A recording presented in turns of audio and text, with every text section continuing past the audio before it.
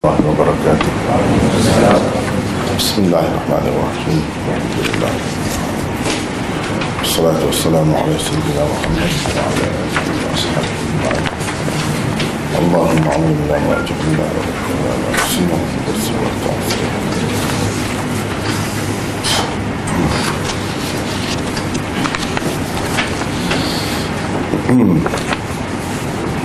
Terlebih dahulu saya memohon maaf. Sekali lagi malam tadi minta maaf dah, sebab tak dapat siap nota ni dengan sepenuhnya. Sebenarnya nota ini adalah nota yang ke-10, nota yang ke-10 untuk Kitabul Maghazi Sahih Bukhari. Dan sebanyak 9 nota telah kita bincangkan di beberapa tempat sebelum ini.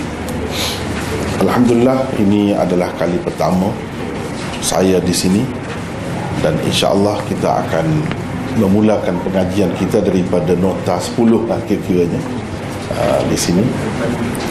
Mudah-mudahan kita semua diberkati Allah. Untuk pengetahuan hadirin dan hadirat sekalian, terlebih dahulu saya ingin menyatakan tentang kitab yang kita sedang pegang ni. Walaupun nampaknya 2 helai sekarang ni, kadang-kadang bila siap nota tu 10 helai, lebih kurang begitulah.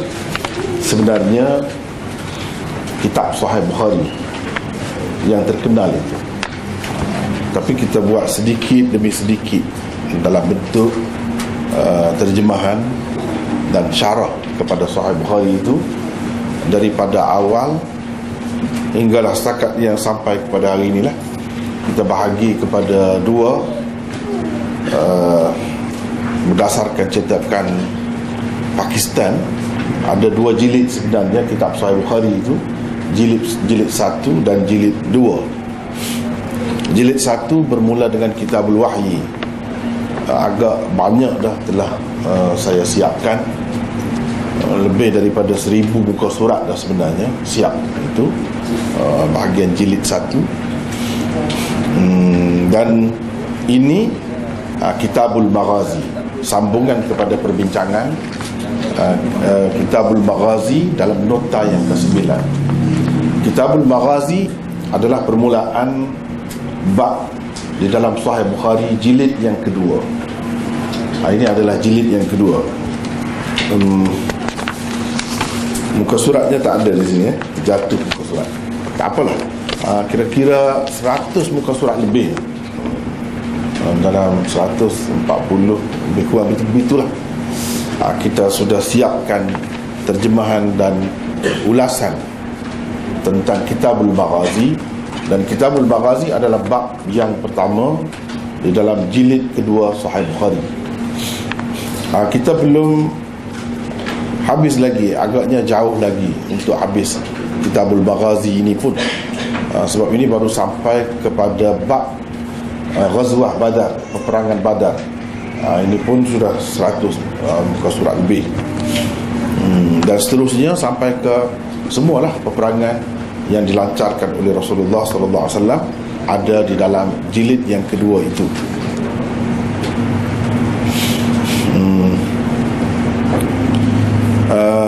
Jilid yang pertama sekarang ni telah sampai kepada Kitabul Iman. Kitabul Iman, dan itu Kitabul Iman pagi tadi kuliahnya di MSU. Kitabul Iman, dan di Kota Baru sampai kepada kitab azan. Ini akan mula kitab azan, habis dah kitab waktu-waktu sembahyang. Itu 2 tempat itu membincangkan Sahih Bukhari jilid pertama.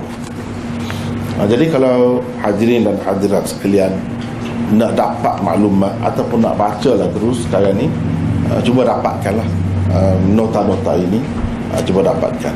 Dan kalau nak dengar perbahasannya, boleh didengar dalam misalnya YouTube, ataupun terus ni Darul Kausar Studio, dalam kawasan .net tu, tengok situ. InsyaAllah akan dapat lihatlah daripada awal hingga ke akhir. Semuanya alhamdulillah setakat ini ada rakamannya untuk kegunaan kita semua. Jadi ini adalah sambungan kepada Kitabul Maghazi, iaitu bab kelebihan ahli Badar. Jadi di sini tidak ada tajuknya sebab tajuk tu bersambung dengan yang sebelumnya. Belum habis lagi tajuk itu, iaitu kelebihan ahli Badar. Ahli Badar maksudnya sahabat-sahabat yang terlibat dalam peperangan Badar, sama ada secara langsung atau tidak langsung, tetapi diiktiraf, diakui oleh Rasulullah sallallahu alaihi wasallam sebagai ahli Badar, dengan baginda memberikan misalnya habuannya daripada harta ghanimah, harta rampasan perang Badar. Walaupun dia tidak ikut serta, tapi Nabi bagi, dan Nabi sebut dia sebagai orang yang mendapat pahala berperang dalam peperangan Badar. Itu juga termasuk dalam sahabat ahli Badar. Nanti kita akan bertemu. Jadi ini dalam nota yang ringkas ini, saya untuk sementara, insyaAllah sekali lagi datang kita sempat siapkan nota itu sepenuhnya. Ini mengandungi 2 hadis sahaja, dan insyaAllah kita akan bincangkan 2 hadis ini pada malam ini, iaitu hadis yang ke-4009.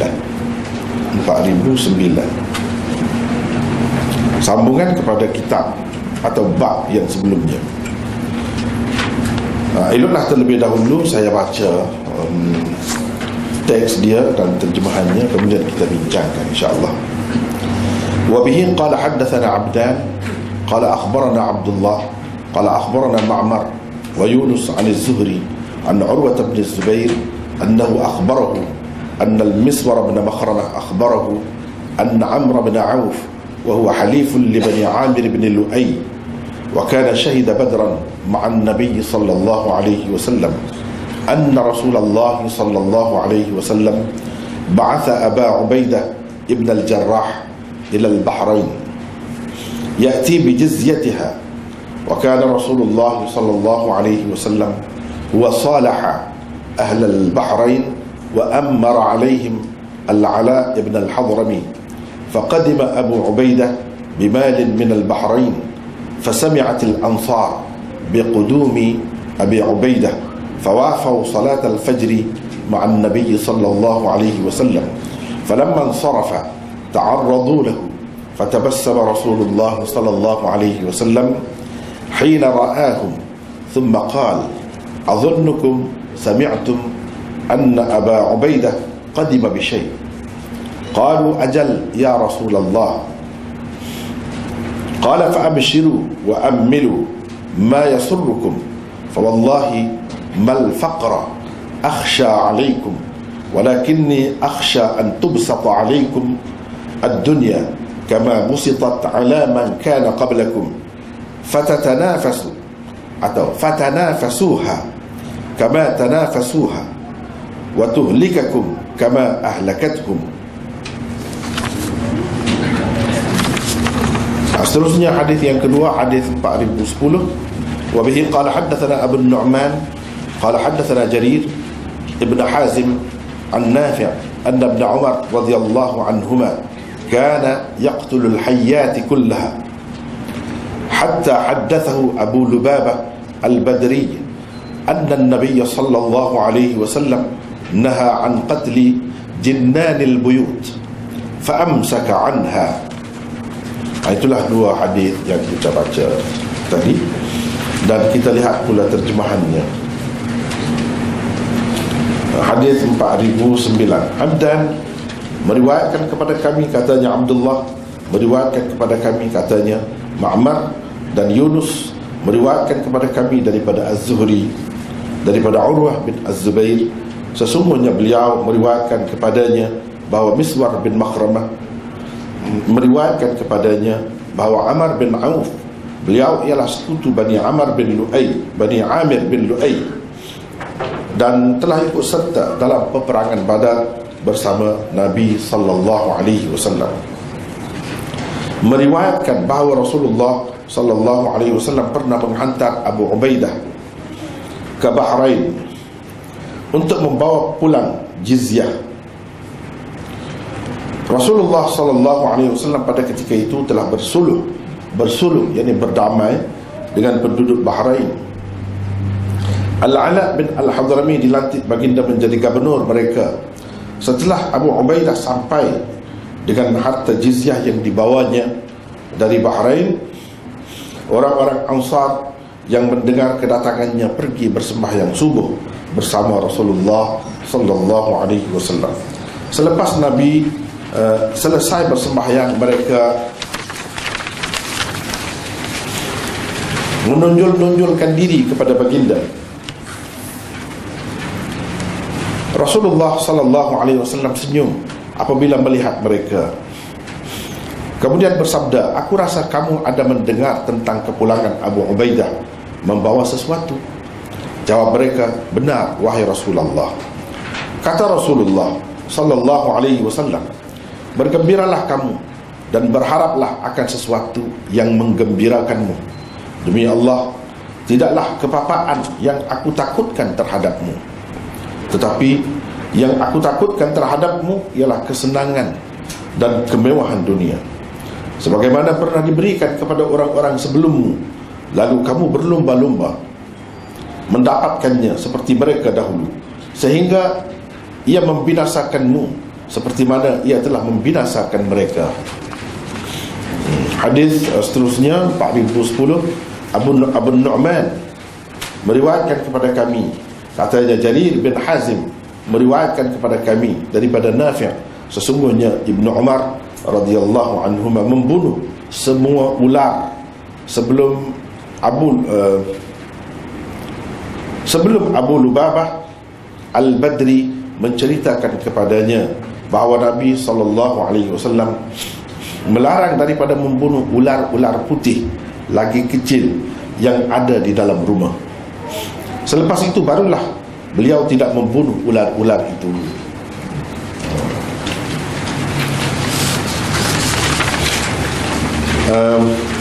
Kalau kita baca dalam syarah-syarah hadis ini, ternyata sedikit sekali syarah yang dibuat oleh pensyarah-pensyarah Sahih Bukhari, kerana hadis-hadis ini adalah hadis-hadis yang mukarrar, yang berulang, telah disebut sebelum ini di tempat lain, dan setengah-setengah itu beberapa kali disebutkan. Kerana Imam Bukhari di dalam kitab Sahihnya banyak melakukan begitu, dia ulang-ulang hadis kerana ada maksud yang tersendiri. Kerana bagi Imam Bukhari, tujuan dia menulis kitab Sahih Bukhari ialah nak mengajar bagaimana cara menyimpulkan sesuatu pengajaran daripada hadis-hadis Nabi sallallahu alaihi wasallam. Kadang-kadang sesuatu hadis diulanginya sampai 25 kali. Kepada orang-orang yang tak faham, dia kata, kenapa Imam Bukhari buat begitu? Hadis yang sama diulang-ulang, kadang-kadang diringkaskan hadis yang sama juga. Jadi mereka keliru. Bahkan setengah-setengah yang hatinya tak betul lah, macam golongan Syiah, mereka menuduh mereka mengatakan Imam Bukhari ini sebenarnya nyanyu. Apa sebab? Ya hadis tu hadis yang sama diulang. Untuk apa? Beberapa kali diulang hadis. Itu pandangan golongan Syiah lah. Tapi bagi kita Ahlus Sunnah wal Jamaah tidak begitu. Bahkan sebab dia ulang tu ada maksud lah. Bukan dia tak ingat, dia nyanyuk, tidak. Tapi dia nak mengajar kita, itu maksud utama Imam Bukhari menyusun kitab Sahih Bukhari. Terlebih dahulu kita kena tahulah, ya. Yang lama-lama tu saya rasa dia sudah dengar dah. Tapi saya nampak ada muka-muka baru juga, ya. Mungkin kalau saya tak sebut itu mungkin terlepas daripada mereka tak pernah dengar lagi, ya. Jadi masing-masing pengarang kitab hadis ini dia ada maksudnya yang tersendiri. Maksud Imam Bukhari ialah nak mengajar pembacanya, pelajar-pelajar hadis, bagaimana cara menyimpulkan pengajaran atau maksud-maksud sesuatu hadis. Sesuatu hadis kadang-kadang banyak pengajaran yang terkandung di dalamnya. Maklumlah, ini kata-kata Rasulullah sallallahu alaihi wasallam berupa wahyu juga sebenarnya. Jadi kalau wahyu mestilah kata-katanya itu cukup mendalam maknanya dan boleh diambil seberapa banyak pengajaran dan mutiara-mutiara daripada hadis-hadis itu. Jadi Imam Bukhari buat tajuk, dia bawa hadis. Dia nak ceritanya daripada hadis ini boleh disimpulkan begini, boleh difaham begini. Kemudian di tempat lain pula dia bawa hadis itu juga, tapi tajuknya lain. Dia nak cerita pengajaran ini dapat juga diambil daripada hadis yang sama. Begitulah seterusnya. Misalnya hadis Barirah, 25 kali Imam Bukhari sebut di dalam Sahih Bukhari. Dia ulang, ada yang penuh, yang lengkap, ada yang ringkas, macam-macam. Maksudnya ialah nak mengajar kita bagaimana mengistimbat ataupun menyimpulkan sebanyak mungkin pengajaran daripada hadis. Itu yang pertama. Yang kedua, maksud utamanya, walaupun mungkin kita tidak mampu sampai ke tahap itu, tapi kita kena tahu maksud dia yang sebenarnya. Maksud dia yang sebenarnya ialah nak menimbulkan, melahirkan kemampuan berijtihad. Bagaimana seseorang mujtahid itu dia faham daripada hadis. Bagaimana cara dia? Imam Bukhari mengajar kita macam mana cara dia faham. Dan kamu pun kalau lama-lama ikut macam tu, kamu akan dapat buat seperti mereka. Macam apa langkah-langkah yang mereka ambil untuk memahami sesuatu hadis itu. Itu yang maksud utama Imam Bukhari ialah mengajar pelajar-pelajar hadis berijtihad. Tapi saya percaya ini semua bukan kemampuan semua orang. Tapi kita kena sedar, itu sebenarnya maksud dia. Semakin seseorang itu cukup ilmu alatnya, semakin banyak dia akan mendapat manfaat daripada Imam Bukhari, daripada Sahih Bukhari ini.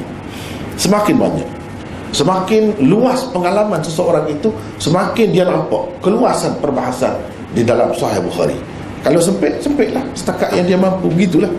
Tetapi kalau kita ikuti pengajian Sahih Bukhari ini, lama-lama kita akan nampak cara dia dan akan rasa satu kemanisan sebenarnya, satu keseronokan yang berbeza daripada kitab-kitab lain.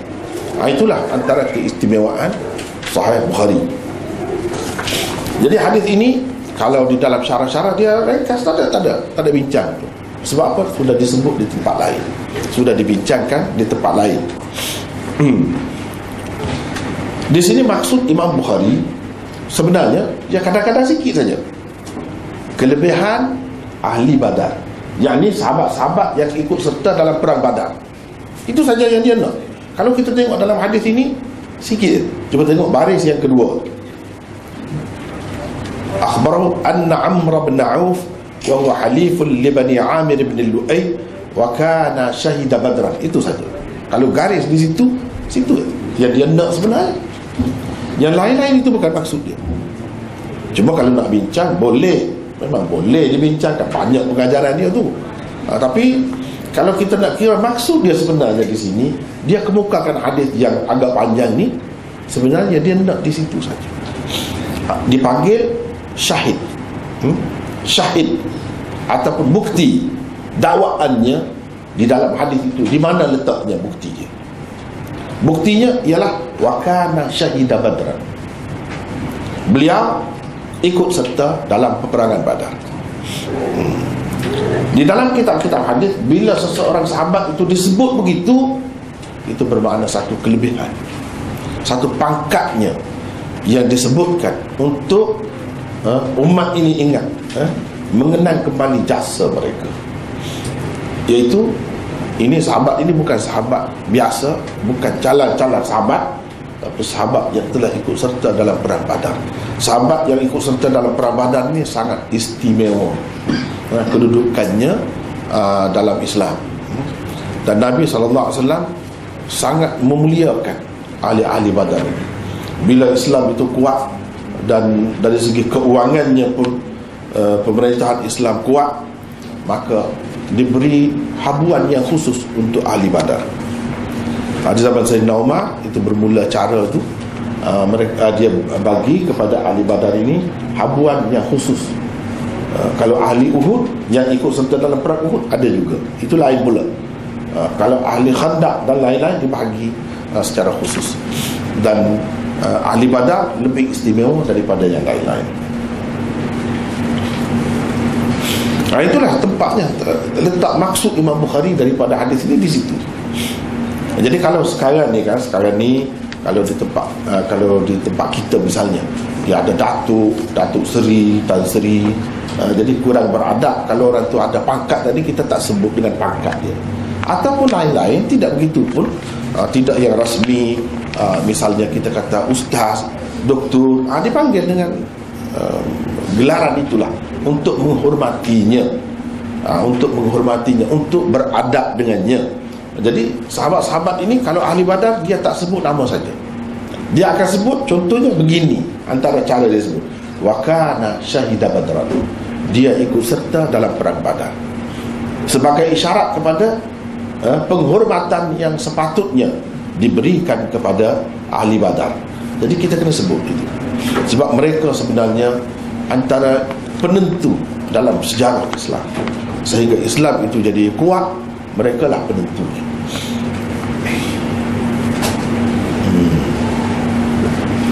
Jadi di sini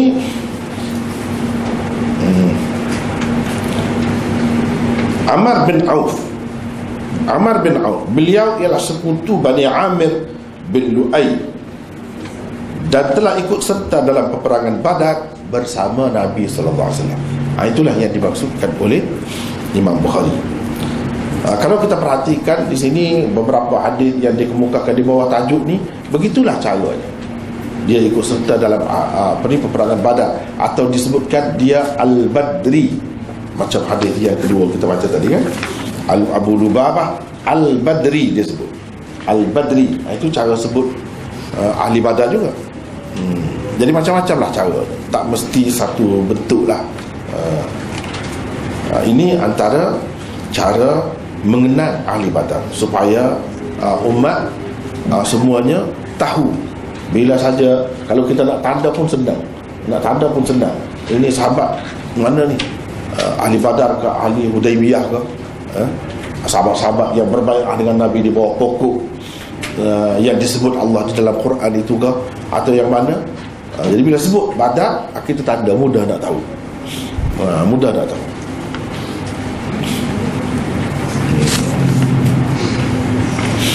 Sebagaimana biasa, sebelum kita pergi lebih jauh, terlebih dahulu saya nak ceritakan cara kita terjemah dan syarah dalam di setengah-setengah tempat itu.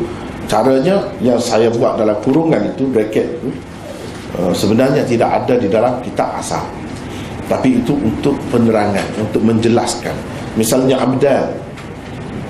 Abdullah bin Uthman Al-Marwazi, itu nama sebenarnya, tapi disebut Abdan. Ini selalu kita bertemu dah di setengah-setengah tempat, kita bincang dengan lebih terperinci lagi tentang Abdan itu sahaja. Kenapa dia dipanggil Abdan itu, kita sudah bincang dah di sini. Tak nak bincang lah. Meriwayatkan kepada kami, yang kata begini, jika kita bertemu di permulaan hadis begini, Abdan meriwayatkan kepada kami, ini hadis 4009, tiba-tiba Abdan meriwayatkan kepada kami. Siapa yang kata begitu? Kami meriwayatkan kepada kami. Siapa yang kata begitu? Imam Bukhari. Imam Bukhari maksudnya. Jadi Abdan ini guru kepada Imam Bukhari. Imam Bukhari ambil daripada dia. Daripada dia lah mula ada di dalam kitab ni. Kemudian nak sampai kepada orang kemudian, kepada saya contohnya, banyak tu sanad dia, rantaian atau mata rantai perawi-perawi nak sampai kepada saya, sampai kepada Imam Bukhari. Lalu bila sampai kepada Imam Bukhari, di atas pada Imam Bukhari, kalau hadis ni dia ambil daripada Abdan, kalau hadis seterusnya dia ambil daripada Abu Nu'man. Begitulah seterusnya Dalam kitab Bukhari semua begitu.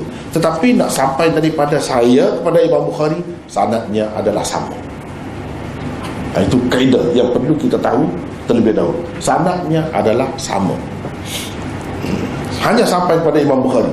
Daripada Imam Bukhari berbeza. Berbeza bagaimana? Tengok dalam kitab lah. Kalau macam ni, dia ambil daripada Abdan.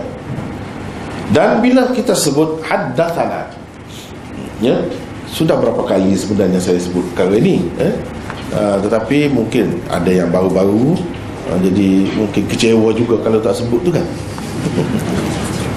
Kecewa juga kalau tak sebut. Kenapa dia kadang-kadang kita bertemu haddathana, kadang-kadang haddathani, kadang-kadang akhbarana dan sebagainya? Kenapa begitu?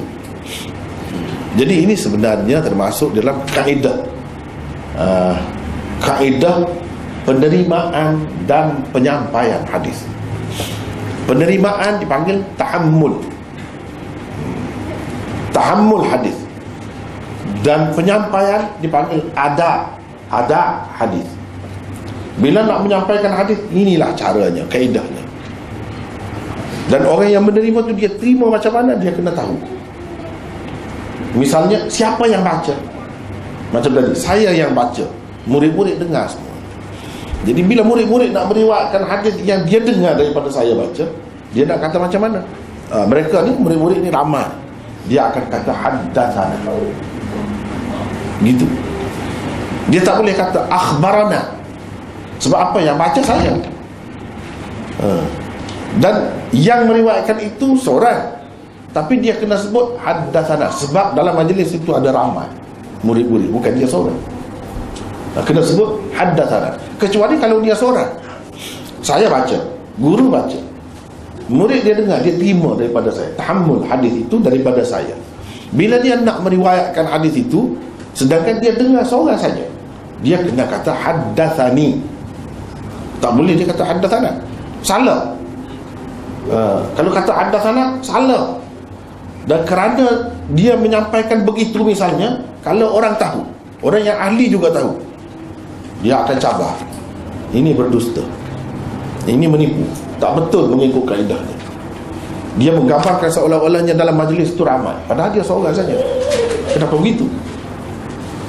Itu salah dari segi kaedahnya. Dia mesti kena jaga. Kalau murid pula baca, murid baca, saya dengar, misalnya hadis tadi, murid yang baca. Yang baca tu tentu seorang lah. Kalau ramai-ramai bising pula kan, seorang lah. Yang lain dengar. Dia nanti zaman dahulu dia tak ada baris-baris ni. Jadi nanti tanda lah di mana yang dia rasa perlu dia tanda.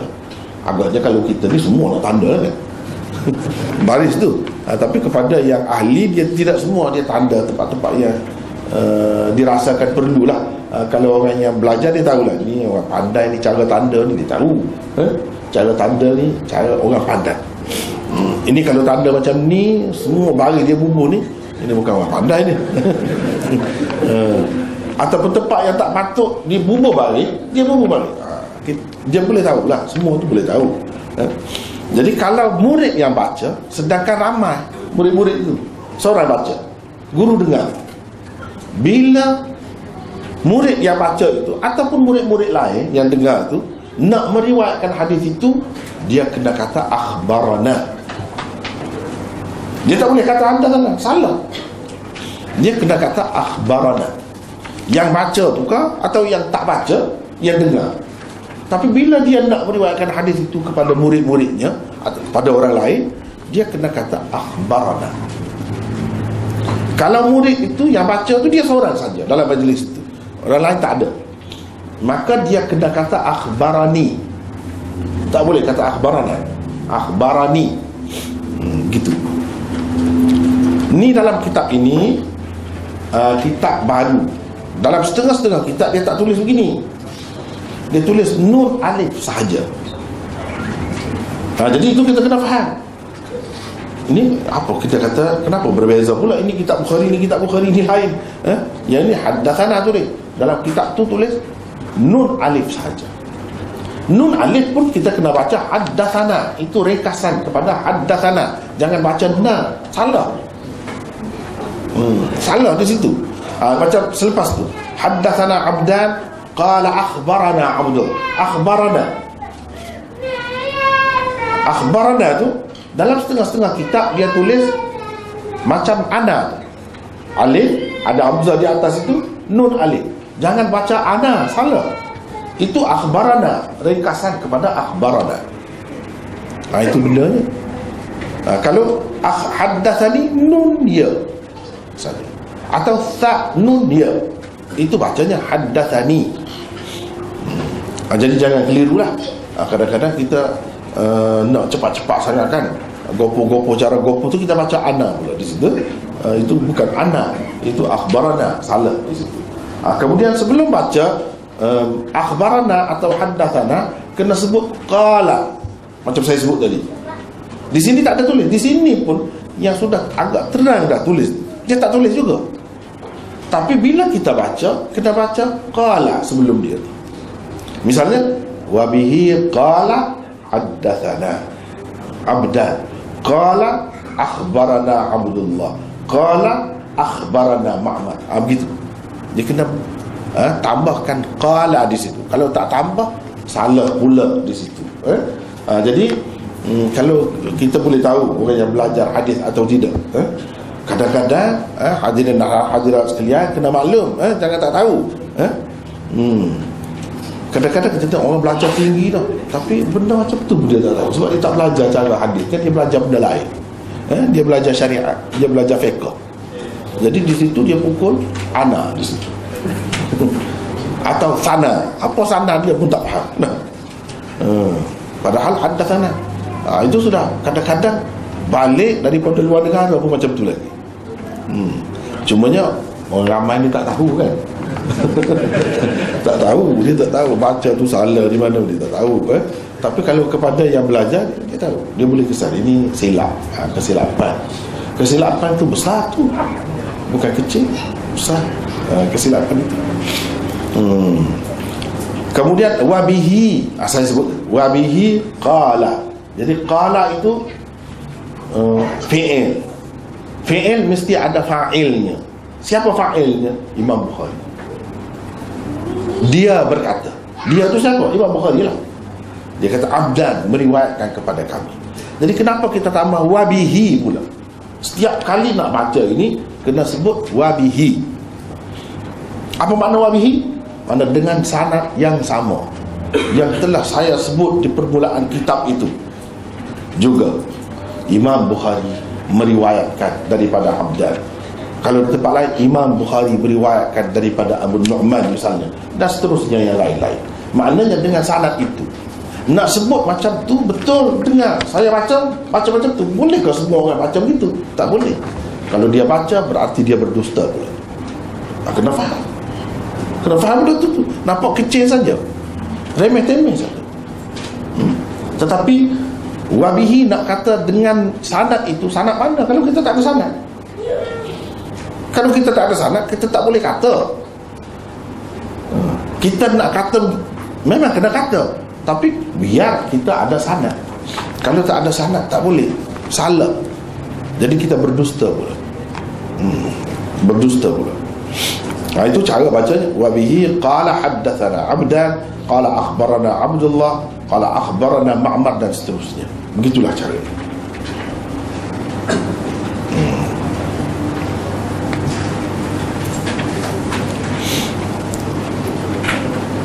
Sesungguhnya beliau meriwayatkan kepadanya bahawa Miswar bin Makhramah, ini Miswar bin Makhramah ni sahabat kecil Rasulullah sallallahu alaihi wasallam. Jadi kita kena tahu ya, orang-orang yang belajar hadis semua dia ambil berat benda-benda ni. Sebab itu bidang dia. Dia kena tahulah. Kadang-kadang orang yang belajar benda lain ni benda macam tu dia tak tahu. Yang maklumlah dia tak belajar kan? Dia tak belajar. Jadi sahabat besar, ini sahabat kecil. Apa makna sahabat kecil? Apakah sahabat tu tumbuh dia kecil? Tidak, bukan begitu. Sahabat kecil artinya sahabat yang sempat dengan Rasulullah ketika dia masih belum balik atau belum mumayyiz. Itulah sahabat kecil.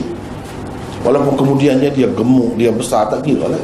Dia jadi orang besar, ada kedudukan tinggi, tak kira itu. tetap dipanggil sahabat kecil. Mengikut satu ta'rifan. Satu lagi ta'rifan ulama ialah sahabat yang tidak lama bergaul dengan Rasulullah sallallahu alaihi wasallam dan tidak terlibat dalam banyak peristiwa-peristiwa besar bersama Rasulullah sallallahu alaihi wasallam. Itu juga dikatakan sahabat kecil. Sahabat besar sebalik kepada yang tadi. Maknanya ketika dia bersama Nabi, dia sudah baligh. Atau mengikut setengah-setengah ulama, sekurang-kurangnya sudah mumayyiz. Mumayyiz artinya dia dapat membezakan, tahu ini siapa, dia tahu. Ini datuk dia, ini sepupu dia faham. Ataupun mengikut satu lagi takrif yang lain, iaitu sahabat yang lama bersama dengan Rasulullah sallallahu alaihi wasallam dan terlibat bersama baginda dalam banyak peristiwa-peristiwa besar. Dalam peristiwa-peristiwa besar, itulah sahabat besar namanya. Misalnya Sayyidina Abu Bakar kan, banyak peristiwa hijrah bersama dengan Rasulullah. Hijrah tu satu perkara besar tu, bersejarah tu. Kemudian dia tu siapa? Mertua Rasulullah sallallahu alaihi wasallam. Hebat, besar tu. Dan lama daripada awal lagi bersama Rasulullah sallallahu alaihi wasallam. Islam tu daripada awal itu sahabat besarlah macam tu. Dan kadang-kadang disebut sahabat as-sabiqun al-awwalun, sahabat yang memeluk agama Islam di peringkat awal. Itu pun ada juga sebut begitu. Biasanya sahabat-sahabat besar lah kalau macam tu. Sebab kemudian pun kalau masa tu dia budak lagi pun, nak sampai kepada Rasulullah wafat tu, dia pun sudah dewasa dah. Sudah dewasa dah kalau daripada awal lagi dia terima Islam. Jadi sebab dia ada beza tu antara sahabat besar, sahabat kecil, ada beza. Dalam Quran pun ada sebut berbeza-beza. Orang yang berjihad di jalan Allah, orang-orang yang berperang sebelum pembukaan Mekah, selepas pembukaan Mekah dia beza, ada lain. Quran sendiri sebut. Dan disebut as-sabiqun al-awwalun minal muhajirin wal ansar. Dia guna istilah-istilah itu. Dalam Quran sendiri pun ada. Jadi Miswar bin Makhramah ini sahabat kecil Rasulullah sallallahu alaihi wasallam. Walaupun sahabat kecil, ia sahabat juga. Satu perkara yang perlu kita ingat, walaupun kata sahabat kecil, jadi dia ni taraf dia tu di mana? Di sisi kita ahli sunnah wal jamaah. Kita kena ingat, sahabat sekecil-kecil sahabat kecil atau sahabat tu sudah tua tapi dia bertemu sekali saja dengan Rasulullah sallallahu alaihi wasallam. Kadang-kadang tak ada riwayat satu pun daripada dia, atau kalau ada satu saja riwayat daripada dia. Ini sahabat ni macam ni pun lebih hebat lagi daripada sekalian umat yang lain. Yang bukan sahabat, tak kira tabi'in ke, awliya illah, wali-wali Allah di kalangan umat Muhammad ke, tak kira. Wali-wali itu apa namanya, gelaran kita bagi macam mana pun tak lebih daripada sekecil-kecil sahabat. Ini termasuk dalam akidah. Termasuk dalam akidah tu, bukan main-main tu. Cumanya akidah tu tidak semua orang tahu. Akidah tu bukanlah penentu. Kalau tidak dia tidak Islam. Taklah sampai begitu. Tetapi ini termasuk dalam ciri-ciri Ahlus Sunnah wal Jamaah. Kalau dia percaya begitu, ya, dia ahli sunnah. Kalau tidak ahli sunnah. Tidak Islam, tapi tidak ahli sunnah. Kalau ahli sunnah begitu. Ini salah satu ciri-cirinya, iaitu percaya bahawa sahabat ini sekecil-kecil mereka pun tak ada di kalangan umat ini, tak kira tabi'in atau wali-wali mana pun, apa gelarannya, kutub ke, ghaus ke, apa abdal ke, apa ke, tak boleh menandinginya. Tak kira lah mereka tu ilmu hebat macam Imam Abu Hanifah, Imam Malik, tak boleh. Dari segi taraf dia, kedudukannya, semua orang lain kena cek, kena periksa dia ambil daripada siapa kalau hadis. Tapi sahabat tidak. Sahabat ni kalau tak tahu nama dia dalam hadis berapa banyak kita bertemu, Tabi'in kata dia ambil daripada seorang yang mendengar daripada Rasulullah sallallahu alaihi wasallam. Orang yang mendengar daripada Rasulullah tidak diketahui namanya, tapi sudah tentu bila dia dengar daripada Rasulullah dia sahabat. Sahabat tak perlu selidik dah.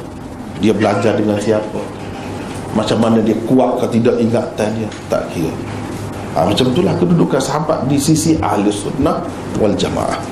Kalau orang lain tak usah cakap siapa pun. Imam Syafi'i dalam kitab dia, berapa banyak orang hukum tidak sahih.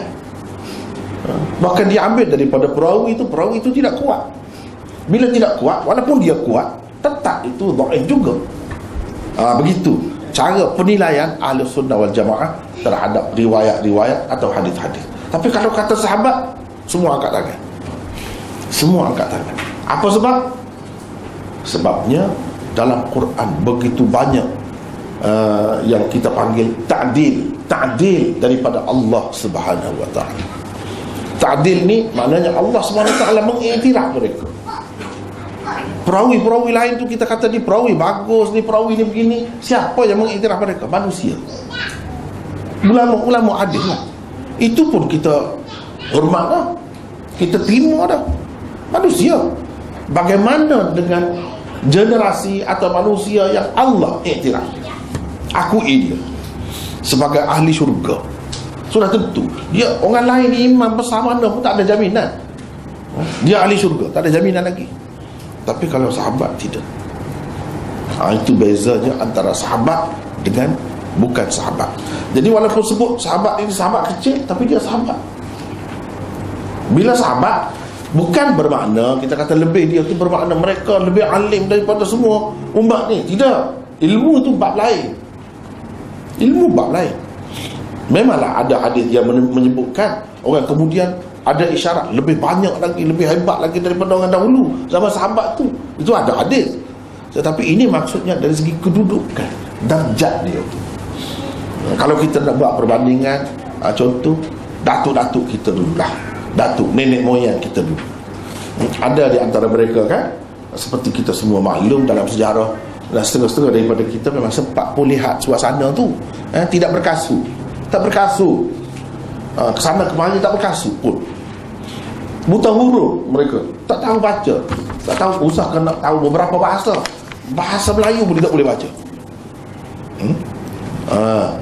Kemudian dari segi cara hidup pun mereka sangat hidup di bawah cahaya pelita saja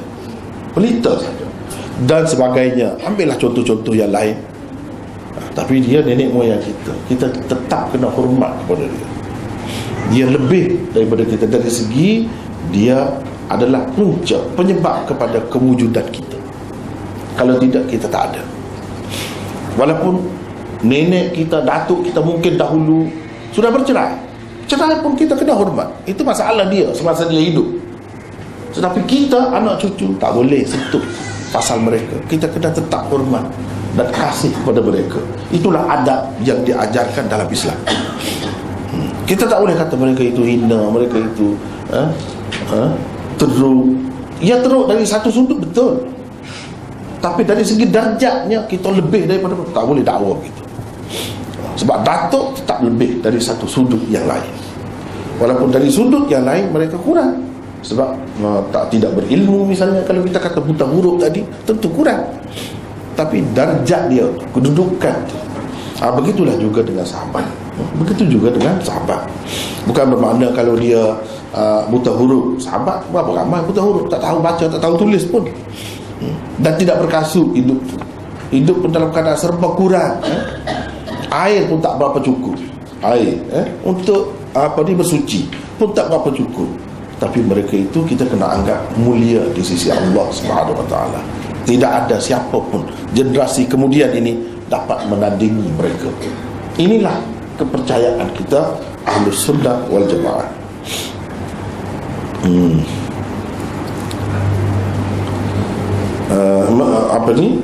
Amr bin Auf meriwayatkan bahawa Rasulullah sallallahu alaihi wasallam pernah menghantar Abu Ubaidah bin Al-Jarrah, seorang sahabat yang masyhur, salah seorang sahabat 10 yang terkenal, yang dikatakan dijanjikan syurga. Inilah sahabat yang dijanjikan syurga ni. Kalau kita baca sejarah dia, memang hebat lah. Memang hebat lah. Sekarang ni kalau nak cari macam ni susah. Di kalangan generasi kemudian ni susah nak cari macam ni.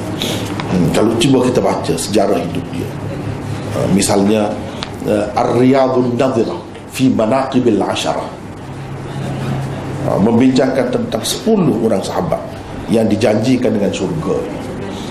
Maka hebat sangatlah mereka itu. Termasuklah salah seorangnya Abu Ubaidah. Tapi ini bukan bermakna 10 orang tu saja yang dijamin syurga. Jangan fikir begitu pula. Jadi kenapa mereka ini masyhur, terkenal dengan sahabat 10 yang dijanjikan syurga, selalu disebut. Tengah-tengah khutbah tu sebut itu sahabat 10 tu, sebut. Kenapa begitu? Sedangkan kita dapati dalam hadis-hadis yang lain ramai lagi sahabat-sahabat yang lain disebut sebagai ahli syurga. Misalnya Ibnu Abbas tanya anak murid dia, kamu nak tengok ahli syurga? Nak tengok ahli syurga yang masih hidup lagi? Anak murid dia kata nak tengok. Nak sangatlah. Ini dalam Bukhari apa sebut juga. Akan datang insya-Allah kita akan bertemu. Jadi dia kata itu perempuan hitam yang tinggi itu ahli syurga. Dia sebut ahli syurga. Sebab apa? Sebab dia ni selalu orang kata macam sejenis penyakit lah, penyakit macam sawan itu. Sawan, ataupun kalau bahasa kasar tu gila babi kata. Bila dia tersungkur jatuh, buih mulut, dia tak sedar diri. Jadi sahabiah ni, sahabat perempuan Nabi SAW ni, dia ada penyakit tu. Dia pernah pergi bertemu dengan Nabi SAW. Dia kata, wahai Rasulullah, doalah untuk saya supaya Allah sembuhkan saya, penyakit saya, penyakit sar. Itu tadilah penyakit tadi. Nabi SAW kata, kalau kamu nak, boleh aku doakan dan Allah sembuhkan kamu. Dan kalau kamu nak, boleh juga aku tidak doakan, kamu sabar saja dan kamu akan mendapat syurga. Dia pun kata, kalau begitu biarlah, tak payah doa.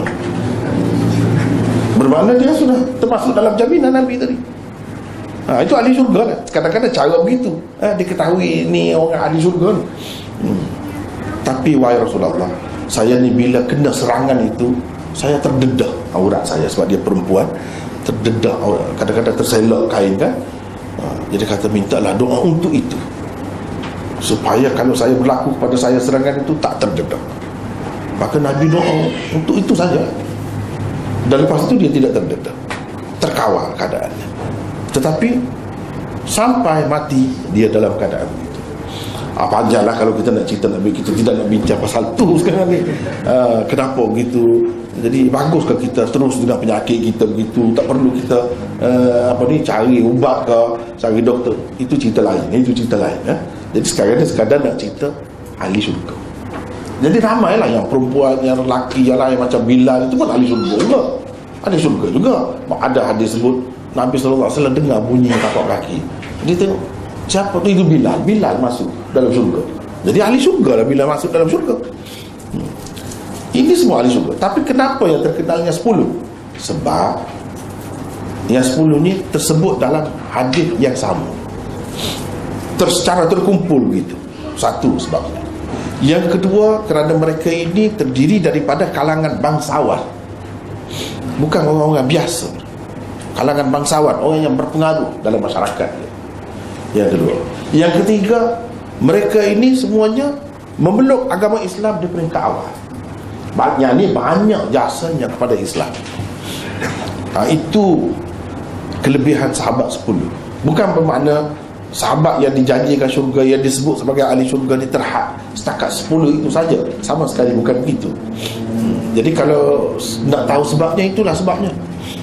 Kerana mereka itu semuanya Quraisy semuanya, bangsawan, orang-orang yang disegani dalam masyarakat, kemudian memeluk agama Islam di peringkat awal.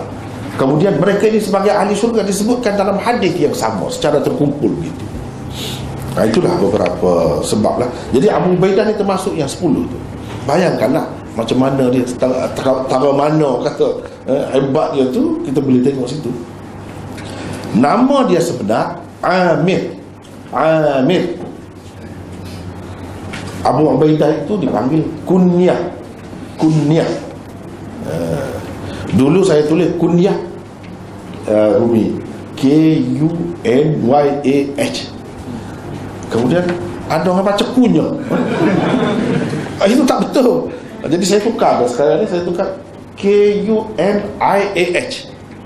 Kunyah. Walaupun itu tidak sesuai dengan yang asal. Yang asal kunyah, iaitu nama panggilan. Orang Arab dia lebih suka dipanggil dengan Abu gitu. Abu Ubaidah, Ummu Jamil, Ummu apa-apalah, atau Ibnu apa-apa dia tak suka guna nama betul. Nama betul tu kadang-kadang tak diketahui. Ramai orang tak tahu. Misalnya Abu Ubaidah, ramai tak tahu nama dia sebenar. Jadi nama dia ialah Amir. Pernah menghantar Abu Ubaidah ke Bahrain. Bahrain sekarang ni pun nama Bahrain, iaitu nama negeri terletak di antara Basrah dan Oman. Oman dahulu, untuk membawa pulang jizyah penduduknya ke Madinah. Nabi hantar dia pergi ke Bahrain. Bahrain pada ketika itu dibawa taklukan Islam. Di zaman Rasulullah SAW lagi sudah jatuh ke tangan Islam, dan yang memerintah di sana ialah orang Islam. Tetapi ramai penduduknya bukan Islam. Penduduknya terdiri daripada kalangan Majusi, kebanyakannya golongan Majusi. Dan Nabi SAW menerima jizyah daripada mereka, sebab mereka nak duduk di bawah pemerintahan Islam, tak mahu perang. Tak mahu perang, sebab dia tengok dah, kalau perang pun tak benar. Orang Islam ni walaupun senjatanya tak seberapa, tapi kuat pertolongan Allah itu ketara sekali pada ketika itu. Jadi mereka memilih jalan perdamaian. Bila berdamai, orang kafir yang duduk di bawah pemerintahan Islam dia kena bayar jizyah. Daripada sini khilaf ulama pula, siapa yang kena bayar jizyah ni, kafir dia macam mana? Macam-macamlah pendapat. Imam Syafi'i mengatakan hanya ahlul kitab sahaja. Ahlul kitab pun Yahudi dan Nasara sahaja. Tetapi jumhur ulama mengatakan tidak begitu. Salah satu bukti bahawa jizyah ini diambil daripada semua orang kafir, bukan ahli kitab saja, ini hadisnya. Sebab Bahrain bukan ahli kitab, Yahudi dan Kristian. Di sini orang Majusi, dan Majusi tidak terkenal sebagai ahli kitab. Walaupun setengah-setengah ulama dia takwil, dia mengatakan Majusi ini pun sebenarnya ahli kitab juga. Cuma mereka tidak terkenal seperti Yahudi dan Nasara itu. Hakikatnya asal usulnya ahli kitab juga. Jadi di situlah pendapat ulama banyak pula berbeza di situ. Kalau nak kira macam tu, yang asalnya kitab yang sebenar datangnya daripada Allah, maka Hindu tu pun boleh dikatakan ahli kitab juga. Panjanglah perbincangannya. Sebab Hindu tu pun kalau dikaji, kitab-kitab dia tu jauh tak banding daripada kitab-kitab ahli kitab yang lain ini, lebih dekat dengan Islam. Agama tauhid juga, tapi sudah jadi banyak sekali Tuhan yang beribu-ribu, berjuta-juta Tuhan. Tak kira lah itu yang kemudian, tapi yang asalnya tauhid. Asalnya tauhid. Dan sudah ada isyarat-isyarat tentang Nabi akhir zaman di dalam kitab-kitab mereka pun, seperti kitab-kitab ahli kitab Yahudi dan Nasara juga, kalau nak kira begitu. Tapi kalau nak kira sudah jauh dah tinggal tu, yang orang tahu sekarang ni Hindu tu sebagai agama penyembah berhala, bukan lagi ahlul kitab, maka tak termasuk dalam ahlul kitab lah. Di situ ada khilaf lagi di kalangan ulama tu, ada khilaf. Sebab itu kalau kita tengok satu perkara yang pelik lah, di sini kita tak dapat lihat di sini. Tapi kalau di India boleh lihat orang Islam kahwin dengan Hindu. Apa alasan dia? Salah satu alasan dia ialah mereka ahli kitab asalnya. Sebab kalau kira Kristian, dia semua berhala dah sekarang ni. 3 Tuhan dah, sekurang-kurangnya 3 Tuhan, semua jadi semua. Dalam keadaan itu pun kenapa diterima dia sebagai ahli kitab? Boleh berkahwin dengan mereka apa semua. Jadi bagi ada salah seorang presiden India dulu, orang Islam, dia kahwin dengan Hindu. Mungkin terasa pelik, tapi ini perbincangan khilaf di kalangan ulama lah. Walau bagaimanapun pendapat yang terbaik tidak begitu. Tidak begitu. Sebab walaupun mereka ini Majusi dan sebagainya dianggap sebagai ahli kitab oleh setengah-setengah ulama, tetapi tidak ada siapa pun yang mengatakan sembelihan mereka boleh dimakan, boleh berkahwin dengan mereka. Itu agak jauh. Tapi kalau ahli kitab Yahudi dan Nasara boleh. Itu berdasarkan Quran, berdasarkan sekian banyak hadis-hadis, jelas. Walau bagaimanapun dari segi mendapat jizyah, dikenakan jizyah bukan kepada ahlul kitab Yahudi dan Nasara sahaja. Buktinya ini, sebab penduduk Bahrain pada ketika itu kebanyakannya, majoritinya ialah Majusi. Jadi kalau boleh ambil daripada Majusi, maka daripada kafir-kafir yang lain pun boleh jugalah. Itu kesimpulan yang dibuat oleh ulama, dan nampaknya itu yang lebih sesuai. Itu yang lebih sesuai. Sebab kalau kita nak kira dari segi keistimewaan ahlul kitab Yahudi dan Kristian, tak ada keistimewaan dah sekarang ni. Bahkan mengikut Ibnu Umar, dia kata mana lagi syirik yang lebih besar daripada orang mempercayai Isa itu salah satu dari tiga. Mana syirik lah.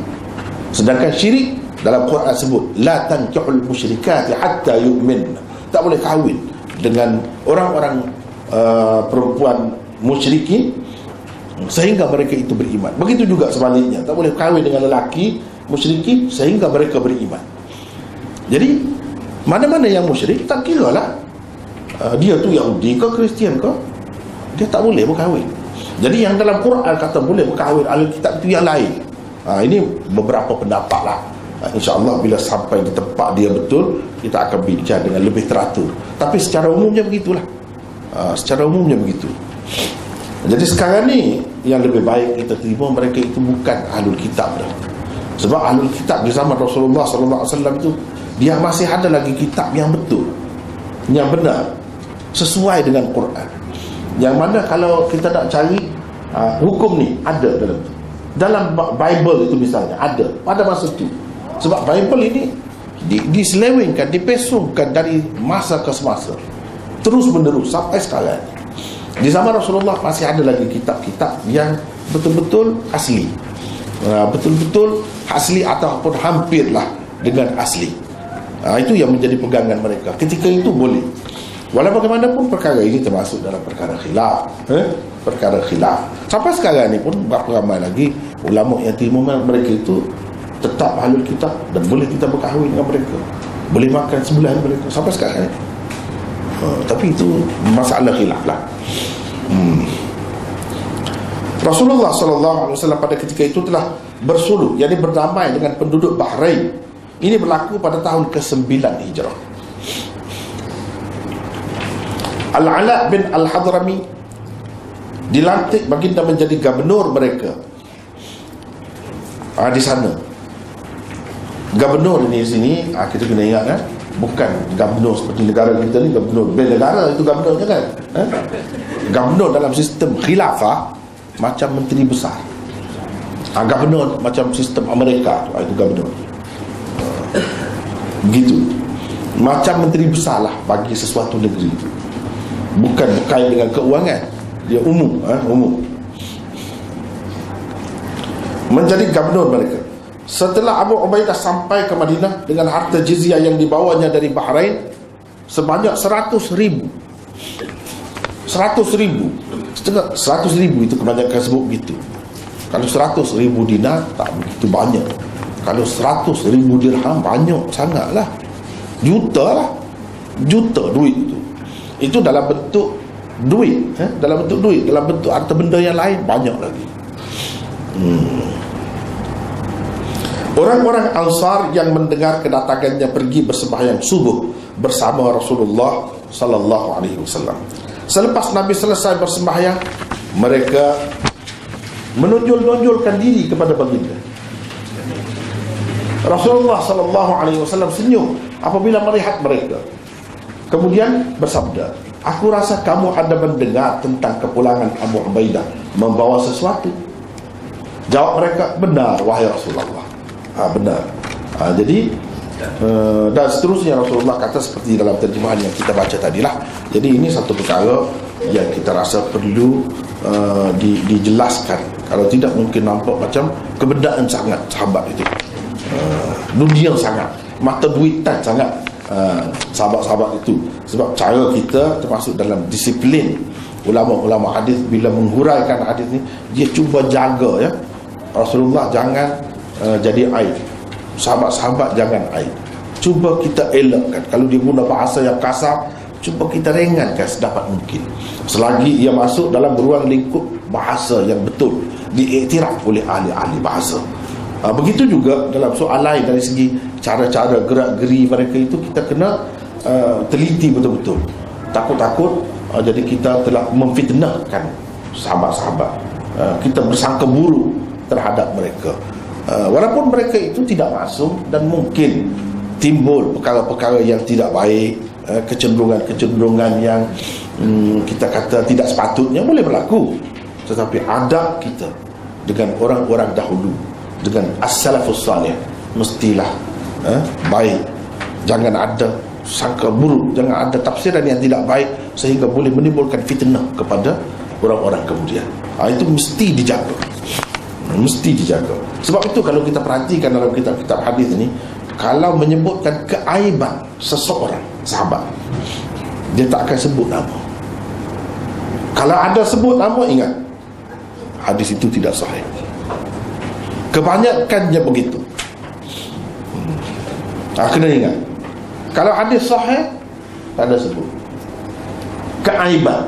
Kalau kelebihan ada disebut, ada kelebihan, dia sebut nama. Tapi kalau keaiban, kekurangan, kecacatan, tidak disebut. Sebab mungkin kecacatan itu ada suatu ketika saja, lepas itu tak ada dah. Kalau dia jahat pun, mungkin dia sudah bertaubat. Tak ada hak lagi kita nak sebut-sebut perkara yang tidak baik yang dilakukan olehnya setelah dia bertaubat dan Allah menerima taubatnya. Jadi untuk apa kita sebut benda tu? Jadi sebutan orang sampai bila-bila. Mungkin orang tak berani mengaitkan keturunannya dengan sahabat itu, mungkin melihat kepada kesilapan ataupun dosa yang telah dilakukannya. Sebab ada sahabat-sahabat besar pun yang lama bersama Rasulullah SAW pun dia ada melakukan perkara-perkara dosa. Misalnya sahabat yang mencium perempuan di tengah jalan, sahabat yang buat segala-galanya terhadap perempuan itu, kecuali apa yang dilakukan oleh suami terhadap isterinya, itu saja yang tidak lakukan. Yang lain semua dia buat. Dia mengaku di hadapan Rasulullah. Ada nama dia? Tak ada nama. Kalau ada dalam Muslim, dalam Bukhari, dalam kitab-kitab yang besar, tak ada semua nama. Sebab apa? Walaupun itu satu kesalahan, menunjukkan mereka tidak maksum. Tapi mana kita tahu dia sudah bertaubat? Kalau dia bertaubat, Allah sudah terima. Tak ada hak lagi untuk kita jaga sana kemari, sebut keburukan dia tu. Dan itu boleh berlaku kepada siapa saja. Jangan kita kata kepada sahabat, nanti kena atas kepala kita pun. Jadi tak ada untung, tak ada untung. Jadi benda-benda macam ni termasuk dalam disiplin ilmu hadis ini, kita sebut kekurangan. Kita pun kalau berlaku kepada kita kan, kalau berlaku kepada kita, khususnya orang perempuan, yang pada ketika dia belum ada ilmu lagi, belum bercahaya imannya, iman tu sudah ada, belum cerah imannya, mungkin dia berseronok dengan cara dia rasa tak malu, dia buka kepala dia, dedah rambut dia, dedah aurat dia tak ada rasa apa-apa. Tapi katakanlah perempuan yang sama tu, kalau dia insaf, gambar-gambar dia yang dulu dia tak akan sebarkan kepada orang ramai, dia malu. Itu kan, itu kita orang biasa. Bila insaf dia tak mahu dah. Kalau boleh dia sapu daripada sejarah hidup dia. Ada setengah-setengah orang dia jadi orang yang masyhur, terkenal, dia hanya masuk gambar dia semasa kanak-kanak saja. Dicelah tu oleh kerana sistem kita dahulu terlalu tidak islamik lah. Tidak islamik, pakaiannya, sekolahnya skirt, pakai skirt zaman dahulu, tak ada tudung.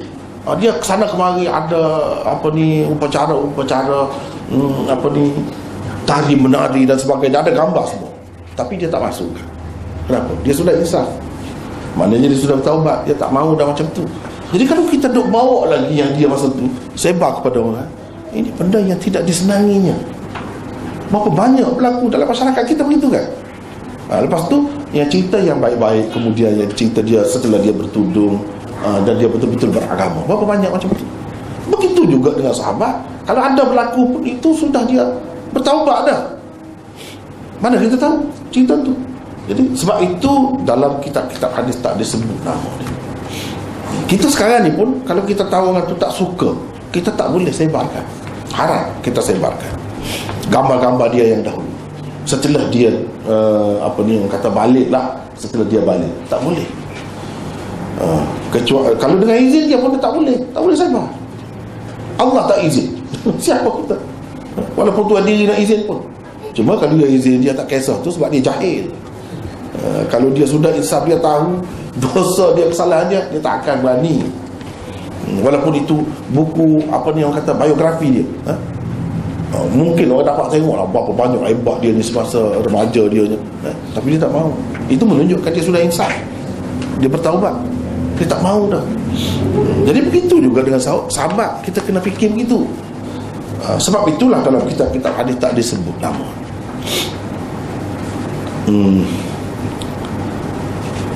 Jadi sini ada saya buat nota sedikit itu. Pada kebiasaannya golongan Ansar yang berada jauh dari masjid Nabi SAW bersemayam di masjid-masjid di kawasan-kawasan perumahan mereka masing-masing.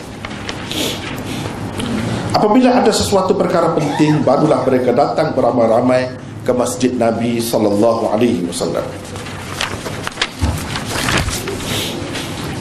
Keadaan inilah yang membuatkan Nabi SAW terperasan akan kehadiran mereka, lalu bersabda seperti tersebut di dalam hadis ini seterusnya. Nabi SAW kata, agaknya kamu dapat tahu Abu Ubaidah pulang bawa sesuatu. Iyalah, kata dia, mengaku betul, terus terang dia mengaku betul.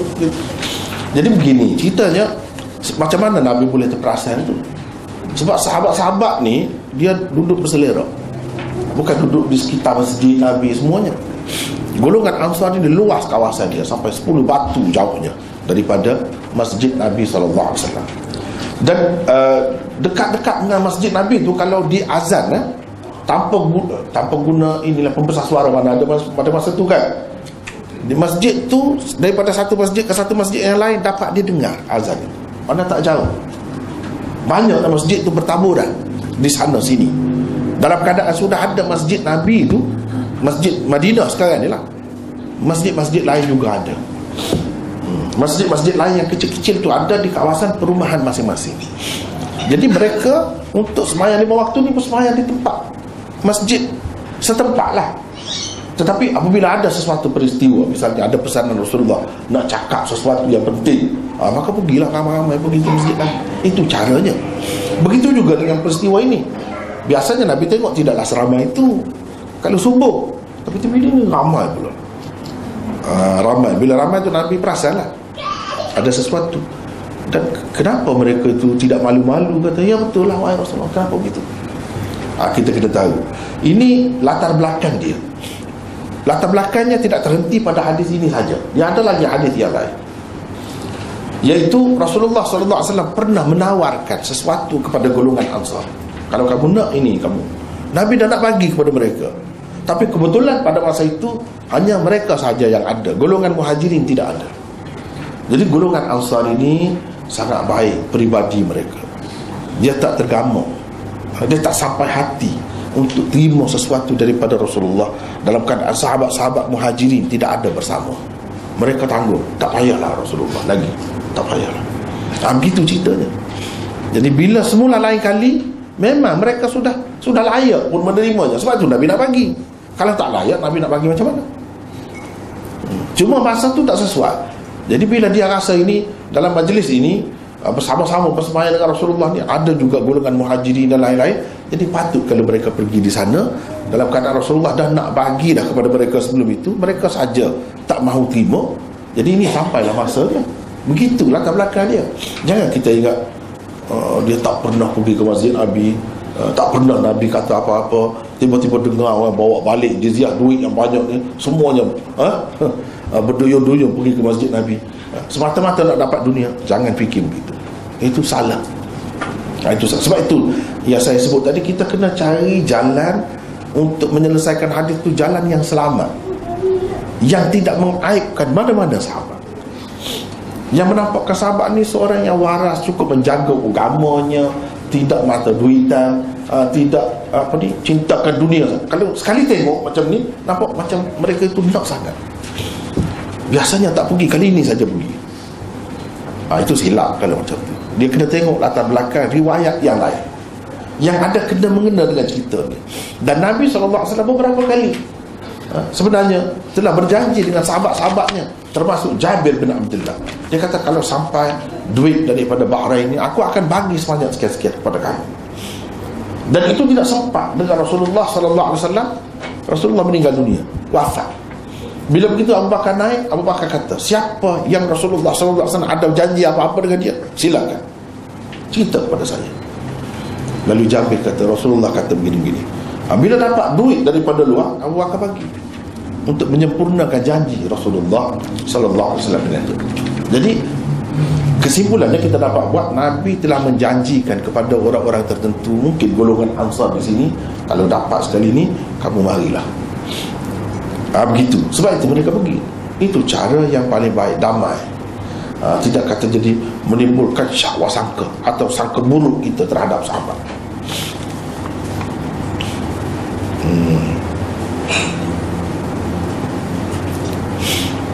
Rasulullah SAW senyum apabila melihat mereka. Sebab manusia ni kan, dengan duit, dengan keperluan hidup, memang begitu. Cuba tengok.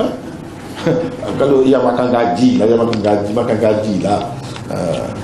Kalau hujung-hujung bulan sampai masa dia kan penuh kan bazar apa, supermarket kan, semua nampak muka berseri-seri lah. Memang begitu manusia. Sifat dia, sahabat pun dia manusia. Bila dah dapat duit banyak dalam rancangan, dalam kepala tu, untuk anaknya ini, untuk isterinya ini, banyak perkara, ada kau selesai masalah. Itu sebab dia gembira. Manusia bila-bila masa pun dengan duit, dengan harta, memang suka. Di samping itu, Nabi SAW bagi sesuatu, pengajaran, peringatan. Itulah yang kita lihat dalam hadis ini. Jawab mereka, benar wahai Rasulullah. Selalu saya terjemah, saya buat Rasulullah. Kadang-kadang kata Rasulullah pula. Kenapa tak tetap begitu? Kalau mengikut Dewan Bahasa, dia kata semua Rasulullah. Itu yang standard semua, tak kira mana-mana, macam mana pun Rasulullah. Tapi saya rasa kurang puas hati sedikit. Dia nak buat kaedah tu, itu tak apalah, itu urusan dia kan. Dengan kedudukan dia di situ, dia pun ada peranannya, alhamdulillah, tak apalah. Tapi bagi saya rasa kurang senang. Sebab apa? Ini berkait dengan lafaz yang digunakan oleh orang semasa tu. Kalau dalam bahasa Arab, wahai, bila ada wahai, dia tak boleh kata wahai Rasulullah, dia tak akan kata begitu. Ya Rasulullah, itu mengikut kaedahnya. Jadi sahabat kata wahai Rasulullah, kita kata wahai Rasulullah, itu tak sama tu. Tidak tepat, tidak betul-betul menukil apa yang mereka sebut. Ini sebutan, masalah sebutan, bukan masalah Rasulullah dengan Rasulullah orangnya sama juga, bukan masalah itu. Masalah sebutan. Bila sebutan, mesti kita kekalkan. Sebab kalau mengikut dari segi bahasa Arab, memanglah salah. Kalau kata ya wahai ya Rasulullah, itu salah. Tidak menepati kaedah dahulu. Tapi kalau wahai Rasulullah, itu betul. Selain daripada betul, memang itu yang disebut. Jadi kita nak tiru, nak nukilkan sebutan. Apa sebutan? Rasulullah, bukan Rasulullah. Dia kata, jadi banyak perkara lah. Kalau kita selalu duduk kata wahai Rasulullah, macam sahabat dia tak kerti bahasa Arab pula. Jadi gitulah akhirnya. Mungkin orang akan timbul persoalan macam tu, sahabat ni tak pandai bahasa Arab lah. Padahal itu munada, itu apa munada, apa tu mudhaf, mesti begitu kaedah dia. Jadi itulah sebab kita kena jaga setengah-setengah tempat itu, setengah-setengah tempat. Kata Rasulullah sallallahu alaihi wasallam, bergembiralah kamu dan berharaplah akan sesuatu yang menggembirakanmu. Jadi kamu berhaklah mendapat kegembiraan. Tak kisahlah, okeylah, tak apa. Demi Allah, tidaklah kepapaan yang aku takutkan terhadapmu. Itu yang dia bagi tu panduan. Tak kisah seronok manusia suka bila nak dapat duit, itu biasalah manusia. Okey, tu tak apa, memang sepatutnya kamu begitulah. Nabi kata takkan dapat gembira kita nak menangis, tak sesuai. Bukan fitrah manusia begitu. Sedih nak suka pula, nak suka pula. Ketawa tu apa, itu tak kena juga. Jadi mengikut semula jadi, tuntutan jiwa semula jadi, bila mendapat sesuatu yang menyenangkan, gembira, suka, itu okey. Nabi tak kisah. Tapi hakikat sebenar, dia bagi peringatan. Tidaklah kepapaan yang aku takutkan terhadapmu, tetapi yang aku takut terhadapmu ialah kesenangan dan kemewahan dunia, sebagaimana pernah diberikan kepada orang-orang sebelummu. Lalu kamu berlomba-lomba mendapatkannya seperti mereka dahulu, sehingga ia membinasakanmu seperti mana ia telah membinasakan mereka. Itu kata Nabi sebagai panduan kepada umatnya, bukan sahaja kepada yang terlibat pada pagi itu, tapi kepada semua sampai bila-bila. Kita semua pun sepatutnya ini menjadi panduan kita dalam menghadapi harta benda, dalam menghadapi harta benda. Kita ada nota di situ 192. Ketakutan Nabi SAW ini kiranya disebabkan oleh baginda telah mendapat tahu daripada Allah bahawa pintu-pintu khazanah dunia akan dibukakan kepada para sahabat dan mereka akan menjadi kaya raya. Jadi kiranya Nabi sudah mendapat tahu. Dia kata begini, apa yang dia kata ni akan menjadi kenyataan. Semasa dia hidup di akhir-akhir hayat pun nampak dah kesenangan. Nabi SAW sendiri pun menjadi kaya raya sebenarnya. Sahabat-sahabat dia pun begitu. Dan selepas Nabi SAW wafat, lagilah hebat. Sebab apa? Sebab Rum dan Parsi jatuh ke tangan Islam di zaman Sayyidina Umar. Bayangkanlah kekayaannya sebanyak mana. Jadi Nabi SAW sudah nampak. Dan banyak lagi lah dalam hadis-hadis yang lain, diberikan kunci Kisra kepada Nabi SAW. Dicerita. Jadi itu semua isyarat kepada kerajaan itu akan jatuh ke tangan Islam. Dan bukan diberi kepada Nabi, yang diberikan kepada Sayyidina Umar. Zaman Sayyidina Umar sebenarnya, tapi Nabi kata diberi kepada dia juga, sebab ada kaitan dengan dia. Inilah menunjukkan khilafah Umar itu adalah khilafah yang sah. Sebab apa? Nabi kaitkan dengan diri dia. Kemenangan itu kemenangannya, padahal kemenangan itu dalam kenyataannya tak berlaku di zaman baginda. Ia hanya berlaku di zaman Sayyidina Umar. Jadi dalam perkara ghaib, ini antara perkara ghaib yang Allah beritahu kepada Nabi bahawa sahabat-sahabatnya akan menjadi kaya raya. Kata At-Tibi, ini adalah salah satu perkara ghaib yang didedahkan oleh Allah kepada baginda. Kata At-Tibi, ditakdimkan perkataan al-faqr untuk memberi arti ihtimam bi sya'nil faqri. Dia kalau mengikut tertib asalnya bahasa Arab. Mana?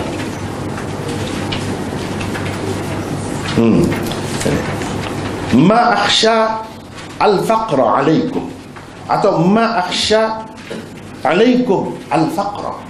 Begitu asalnya, tertib asalnya. Tetapi Nabi dahulukan al-faqra itu daripada dua lagi. Mal faqra akhsha alaikum. Kenapa Nabi dahulukan yang itu? Sebab dia berbeza sebenarnya. Letak dahulu kemudian, perkataan ni ada beza, bukan tak ada beza. Bahasa kita pun macam tu. Misalnya kita kata, saya nak makan nasi, awak nak makan apa? Saya nak makan nasi, pergi restoran misalnya, saya nak makan nasi. Yang ni kata, saya nak makan roti. Okey, tak apa lah. Berapa kali dia tanya, dah pagi jawab dah, nasi saya mahu. Nasi saya mahu makan. Tengok kan, nasi kita letak dahulu, maknanya lain. Kamu ni berapa kali dah tanya, aku sudah bagi tahu berapa kali, macam tak faham, macam tak dengar. Kamu tulis kau nasi yang aku mahu. Macam ni. Tadi kita kata saya mahu nasi, itu dalam keadaan biasa. Tapi kalau letak nasi tu kemudian dia awal, lain jadinya. Dia ada maksud-maksud yang tersendiri. Dalam bahasa Arab lagilah luas maknanya. Apabila sesuatu perkataan itu diubah daripada tertib asalnya, dia memberi makna yang berbeza-beza. Di sini memberi arti ihtimam bisya'nil faqri. Apa makna ihtimam bisya'nil faqri? Iaitu prihatin terhadap keadaan kepapaan. Nak menyatakan prihatinnya, ambil beratnya Nabi SAW terhadap keadaan kepapaan.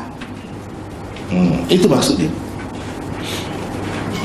Seseorang ayah biasanya mengambil berat dan berfikir tentang masa depan anak-anaknya sebelum meninggal dunia, khususnya berhubung dengan soal-soal keuangan. Itu biasa. Bapa mana-mana pun yang bertanggungjawab, yang baik, itu dia antara benda yang dia fikir, masa depan anak dia macam mana. Itu biasa dalam masyarakat mana-mana pun. Kalau masyarakat kita, dia fikir anak dia sudah bertingkari ke tidak, ada kerja ke tidak. Sudah ada kerja, Alhamdulillah. Kata kalau dia mati pun pejam mata tu rapat. Ini masyarakat kita lah. Masyarakat kita lah. Tapi kalau anak dia tinggal tu dalam keadaan tak menentu, risau dia. Bukan soal keuangan saja, kalau dari segi akhlaknya, peribadinya pun masih belum menentu, lagilah risau. Ini keadaan biasa. Rasulullah SAW kena ingat, dia juga sebagai bapa kepada kita, ayah kepada kita. Dia pun risau juga. Dia pun risau juga sebagaimana biasa ayah mana-mana pun, itu kerisauannya. Dia nak kalau boleh sebelum mati tu selesai, dia dapat tengok, oh sudah nampak beres semuanya, barulah senang hati kalau nak pergi pun. Nabi SAW juga sebagai seorang ayah kepada umatnya merasakan demikian. Namun baginda lebih risaukan kekayaan terhadap umatnya berbanding kepapaan. Memang dia risau, kepapaan pun dia risau. Itulah sebab At-Tibi kata dia letakkan al-faqra dahulu, nak menyatakan itu termasuk dalam kerisauannya juga, seperti bapa-bapa yang lain. Jadi kita kena ingat, sebab dalam Quran disebut wa azwajuhu ummahatuhum, isteri-isterinya adalah ibu-ibu kepada mereka. Mereka tu maksudnya umat lah. Isteri-isteri Rasulullah tu ibu kita. Sebab tu kita panggil ummahatul mu'minin, ummul mu'minin. Jadi bila isteri dia ibu kepada orang mukmin, dia tu jadi apa? Bapa kepada orang mukmin lah. Apalagi ada pula hadis, antaranya ana lakum bimanzilatil walid, aku kepada kamu seperti seorang ayah. Sebab itu Nabi ajar benda-benda yang tak sepatutnya. Seorang pemimpin negara ajar. Patutkah seorang pemimpin negara ajar? Ada ke mana-mana dalam dunia ni pemimpin negara lah. Sebab Nabi itu pun pemimpin negara juga.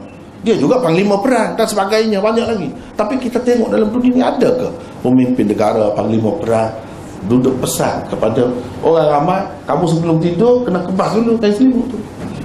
Ada? Kamu kalau nak berjalan, nak pakai kasut tu, katak-katak dulu kasut tu, getak dulu kasut tu. Mana tahu takut ada apa-apa dalam tu.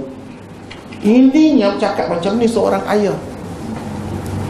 Kamu kalau nak buang air, kena pergi tempat jauh, tempat tak ada orang. Zaman dulu kan, dia tak ada tandas, dia kena pergi tempat jauh. Kamu dia nak duduk tu, jangan terus angkat kain, jangan begitu. Sambil-sambil duduk dekat baru angkat sepenuhnya, gitu cara.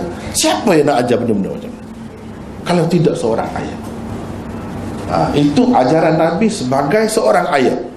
Banyak dalam hadis-hadis ni, ini dia bercakap dia sebagai seorang panglima perang, ini sebagai guru, ini sebagai ketua negara, ini sebagai hakim.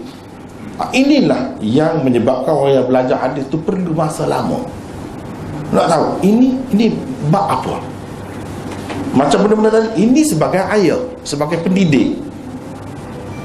Jadi banyak perkara yang kita kena tahu. Bila belajar hadis tu, di celah-celah tu, itulah benda yang dipelajarinya. Sebab itu hadis-hadis ni kalau nak tengok syarah dia memang banyak sangat lah, berjilid-jilid, berpuluh jilid.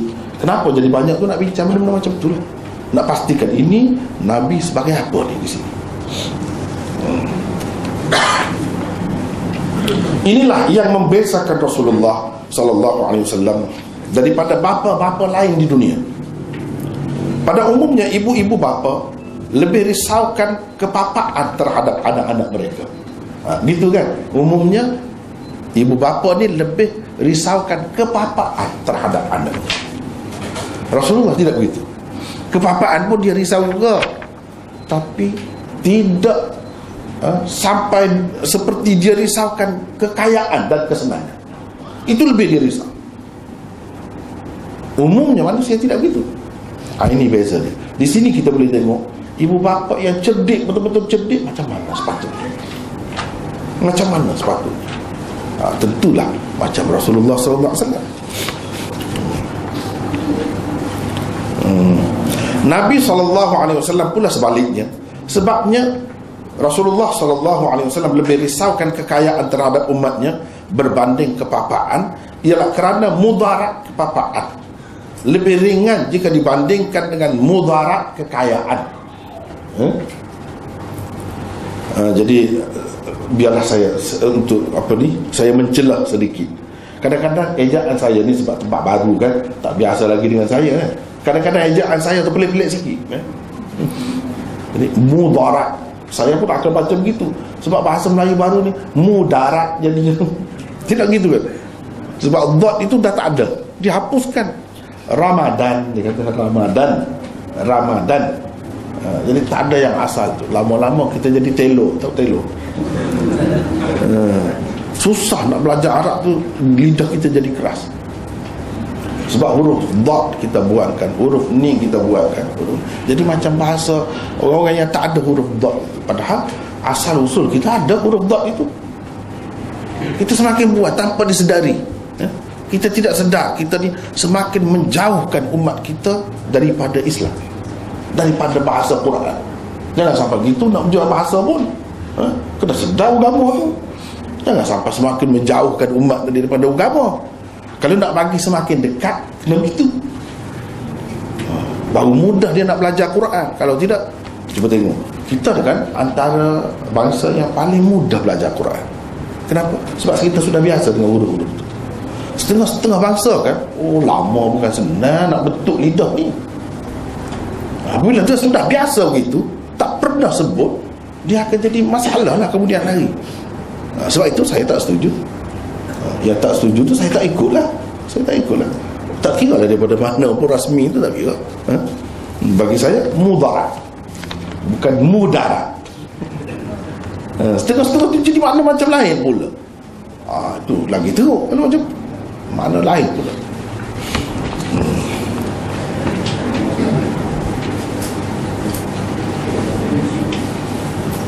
Aku sentiasa mengharapkan nikmatmu. Kerana nikmat tak ada ain. Padahal nikmat mana bala daripada ni. Kita nak bala ke? Kita kata takkan Allah tak tahu kan? Dia tahu.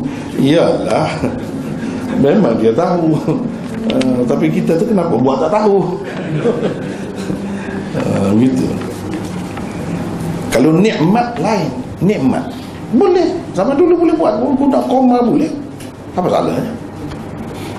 Tapi tinggal, lama-lama tak boleh sebut. Bahkan maknanya jadi bertukar. Itu yang tak tahan. Dahsyat lagi bila kita. Kalau sekadar sebut saja maknanya tak berubah sangat, bolehlah juga kita maafkan. Ini kalau sudah berubah, tak sepatutnya. Jadi kerana mudarat kepapaan lebih ringan jika dibandingkan dengan mudarat kekayaan. Mudarat kepapaan pada umumnya terhad setakat kehidupan dunia semata-mata. Sedangkan mudarat kekayaan pula berkait dengan kehidupan beragama yang menentukan masa depan di akhirat.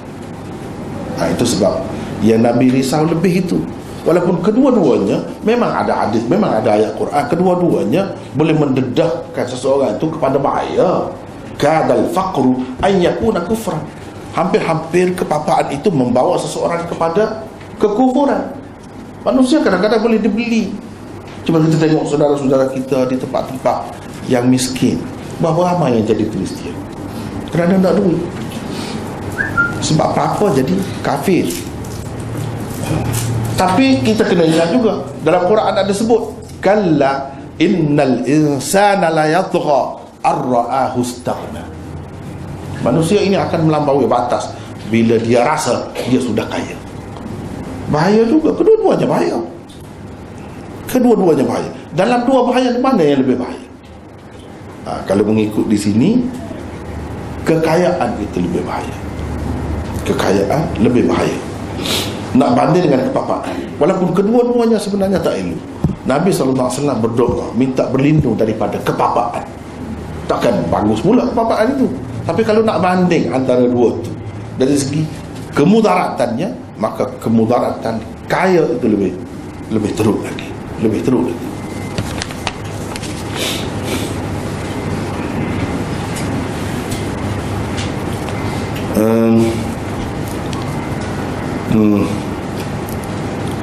Sebagaimana pernah diberikan kepada orang-orang sebelummu. Orang-orang sebelummu, orang-orang umat dahulu lah, diberi kekayaan, mereka jadi lupa daratan. Lalu kamu berlumba-lumba mendapatkannya seperti mereka dahulu.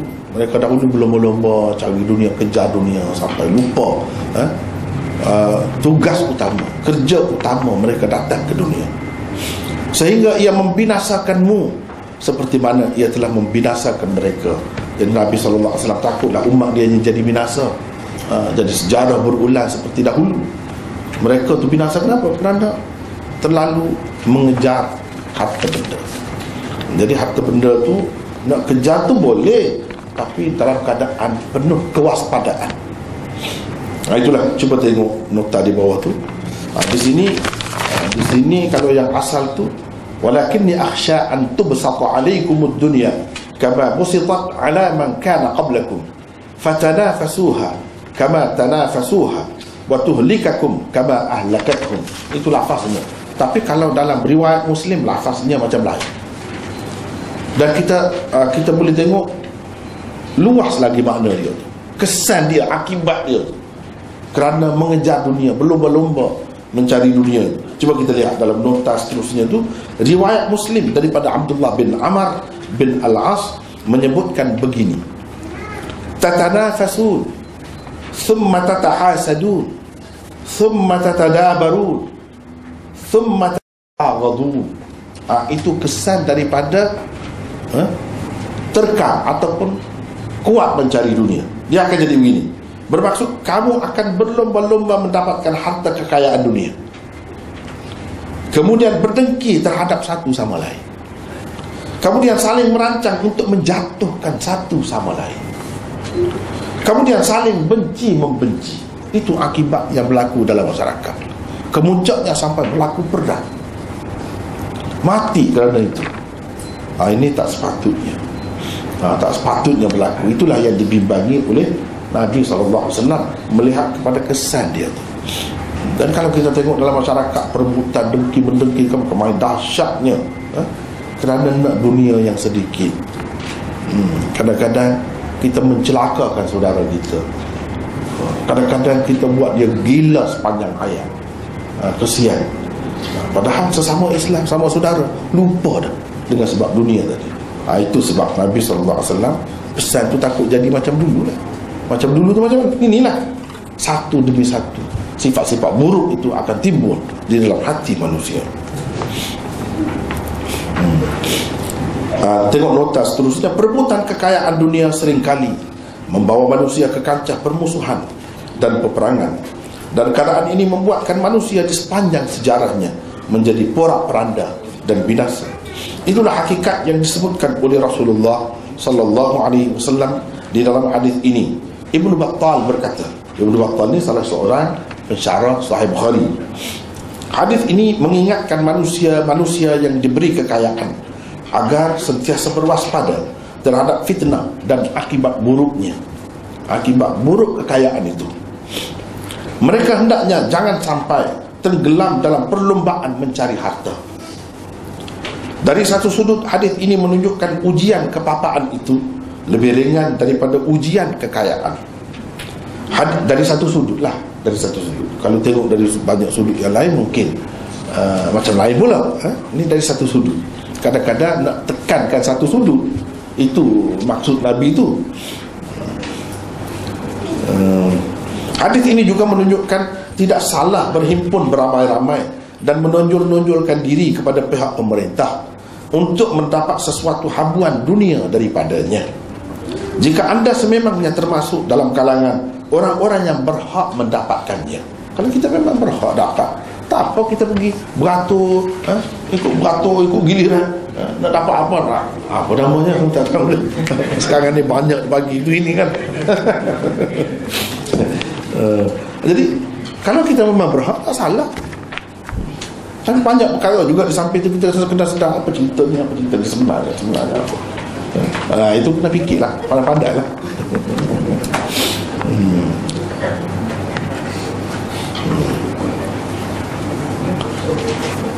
Berdasarkan beberapa riwayat yang lain tersebut, Nabi SAW sendiri sudah berjanji dengan orang-orang tertentu untuk memberi sesuatu kepadanya apabila sampai harta kekayaan dari Bahrain itu. Jadi berdasarkan apa dicerita ni, jadi lebih patutlah kalau sahabat-sahabat itu pergi. Memang Nabi sudah berjanji dengan mereka pun, jadi patutlah mereka pergi. Jadi bila pergi itu banyaklah. Ini satu riwayat. Imam Bukhari akan kemukakan riwayat yang lain pula yang lebih panjang. Di situ nampak Abbas, bapa saudara dia juga terlibat, pergi ambil. Bapa saudara dia juga pergi ambil. Jadi yang pergi mengambil duit ini, harta benda ni, bukan Ansar saja. Kenapa Ansar ni pergi? Sebab golongan Muhajirin pun ada. Termasuklah Abbas. Abbas mengikut setengah-setengah ulama baru memeluk agama Islam sebelum sedikit daripada pembukaan Mekah tahun ke-8. Sebab itu lebih tepat ini tahun yang ke-9 cerita ni berlaku. Sebab Abbas terlibat, dia pun pergi ambil, dia hampar kain, dia masukkan dalam sebanyak mungkin harta yang ada tu, duit itu. Kemudian dia bubur lagi dalam bekas lain, dia minta tolong orang lain. Nabi kata tak boleh, setakat masing-masing saja, sendiri-sendiri, jangan minta tolong dengan orang lain. Sendiri-sendiri saja. Dia bawa tu sampai nak rembah, pikul lagi, bawa tangan lagi. Nabi tengok bapa saudara dia sampai jauh, sampai hilang daripada penglihatan Nabi. Kalau kita kata golek kepala. Itu bapa saudara dia. Dia kata dia telah habis banyak duit dulu semasa tebusan tawanan perang Badar dulu. Duit akulah habis kata. Akulah tolong bayar. Tolong bayar anak-anak saudara aku, orang ni dia sebut. Dan mengikut ulama, ini sikap sangat kuat untuk dunia, kuat semangat untuk dunia. Itu tabir ulama daripada sikap Abbas itu. Sebab itulah lahir kemudiannya kerajaan Abbasiyah, keturunan dia. Untuk dunia perlu macam tu. Untuk dunia perlu. Kalau untuk akhirat tak perlu. Kalau untuk dunia perlu sebanyak mungkin harta. Kena fikir itu sebanyak mungkin, baru boleh kita memerintah, kita mentadbir, kita mengatur segala-galanya dengan sebaik-baiknya. Kalau tidak, susah. Kalau tak ada duit, tak cukup duit. Jadi ini semangat atau kecenderungan untuk menguasai dunia yang kuat ada dalam diri datuk dia, kemudian cucu-cucu dia, kemudian sampai berapa lama kerajaan Abbasiyah itu tegak. Dan semasa itulah termasuk dalam zaman kemuncak kegemilangan Islam juga, terutamanya dalam bidang ilmu-ilmu, memang hebatlah pada ketika itu. Ini semua anak cucu Abbas. Jadi Abbas tu pun pergi ambil juga duit ni. Itu cerita, tapi di sini tak ada. Di sini tak ada. Itu dah ada dalam hadis yang lain. Apa yang kita malam ini setakat itu lagi. Yang satu lagi tu tak sempat. InsyaAllah kita akan sambung lagi. Setakat itu dulu. Wallahu a'lam.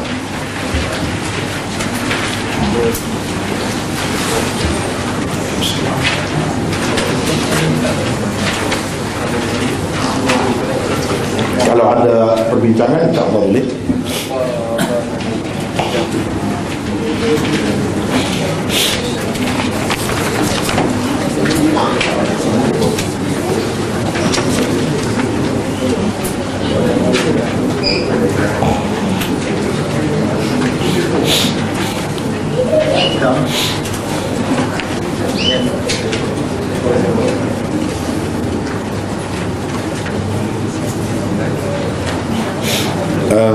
Ya, di sini ada dua soalan.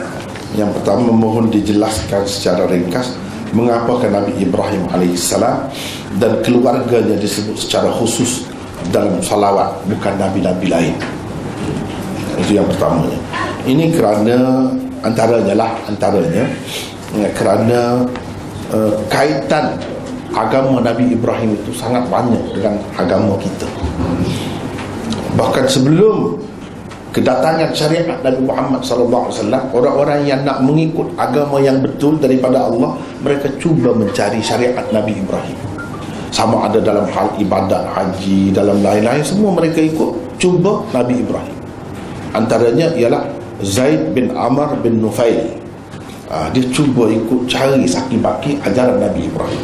Itulah yang menjadi asas kepada syariat Nabi kita.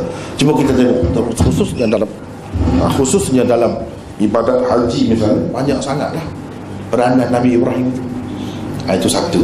Yang kedua, keturunan Rasulullah SAW itu sampai kepada Nabi Ibrahim, dan asasnya diletakkan oleh Nabi Ibrahim apabila baginda meninggalkan isterinya yang bernama Hajar di situ dengan anaknya yang masih kecil. Itu asas sejarahnya. Kemudian jadi ramai, semakin ramai macam sekarang ni, sehingga maju sampai sekarang ni. Tapi pada masa itu dia tinggalkan anak dia, isteri dia dengan anak dia saja di situ. Betul-betul dia mengharapkan kepada Allah, serah kepada Allah Subhanahu Wa Taala. Dan perjuangan ini kalau kita perhatikan, Nabi Ibrahim kalau untuk bangsa Arab dan kemudiannya Islam, dia pusatnya di Mekah. Siapa yang meletakkan asas itu? Nabi Ibrahim. Kalau di Palestin, Nabi Ibrahim juga yang letak asasnya. Di situ dia tinggal, isteri dia Sarah dengan anaknya Ishak. Kemudian daripada keturunan itu lahirlah Bani Israel, yang begitu ramai, terdiri daripada nabi-nabi. Masjid yang besar, tempat ibadat yang besarnya Baitul Maqdis. Asasnya siapa? Nabi Ibrahim. Jadi Nabi Ibrahim ni peranannya sangat besar dalam penyebaran agama Allah Subhanahu Wa Taala. Di satu pihak anaknya di sana. Di situlah keturunan Bani Israel dengan nabi-nabinya, dengan kitab-kitab sucinya yang begitu banyak, tersebar ke dunia. Di sini pula walaupun tak banyak, hanya Ismail itu Rasulullah SAW sahaja selepas itu, tetapi kesannya, pengaruhnya dan ilmunya sangat luas, melebihi yang satu lagi. Itu sebab dikaitkan Nabi Ibrahim dan keluarganya, sebab peranan keluarganya juga sangat besar. Cuba tengok dalam ibadat melontar jamrah kan. Melontar jamrah 3. Apa maksudnya? Kalau kita belajar ilmu hikmah syariat, disebutkan di situ godaan syaitan. Godaan syaitan. Mula-mula syaitan datang. Dia kata kamu pun, bapa pun, macam-macam dia kata kan kepada Nabi Ibrahim. Patutkah ada anak seorang, anak ni baru boleh berjalan macam ni, nak bunuh pula semata-mata kerana mimpi kamu? Macam apalah kamu ni, bapa macam mana lah? Dia kata, dia goda Nabi Ibrahim. Nabi Ibrahim lontar dengan batu, halau dia. Iblis lari. Itulah hakikat syariat melontar itu. Kemudian setelah dia gagal memperdaya Nabi Ibrahim, dia pergi kepada isteri pula. Kamu pun ibu yang macam mana lah, teruk betul lah ibu yang macam ni, dan dapat seorang anak, ni satu-satunya anak, tiba-tiba nak disembelih semata-mata kerana mimpi saja. Kamu pun nak turut juga, ikut dengan tua tu.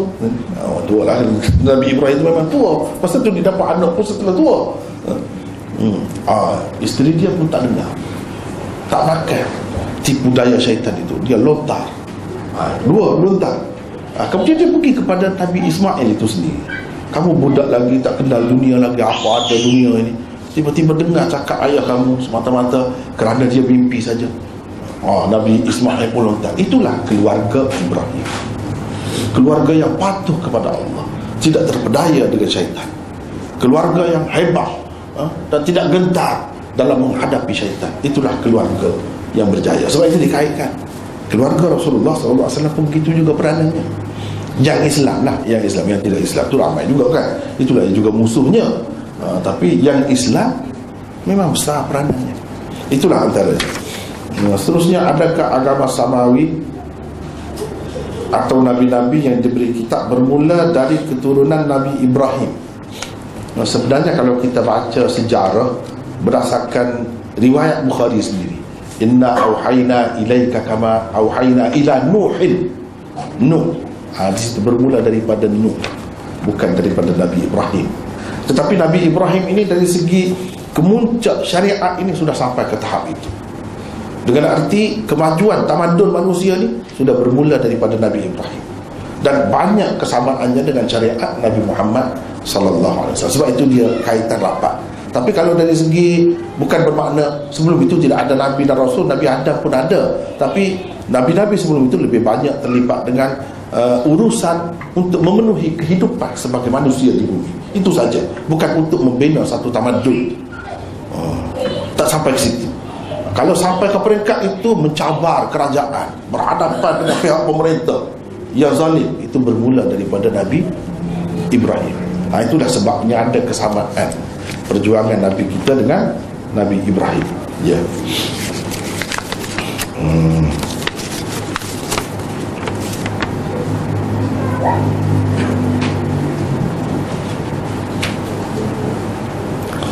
Sejauh kajian ustaz terhadap kitab Hindu, benarkah dalil tahlil arwah dan ketentuan hari-harinya diceduk daripada kitab Veda? Betul.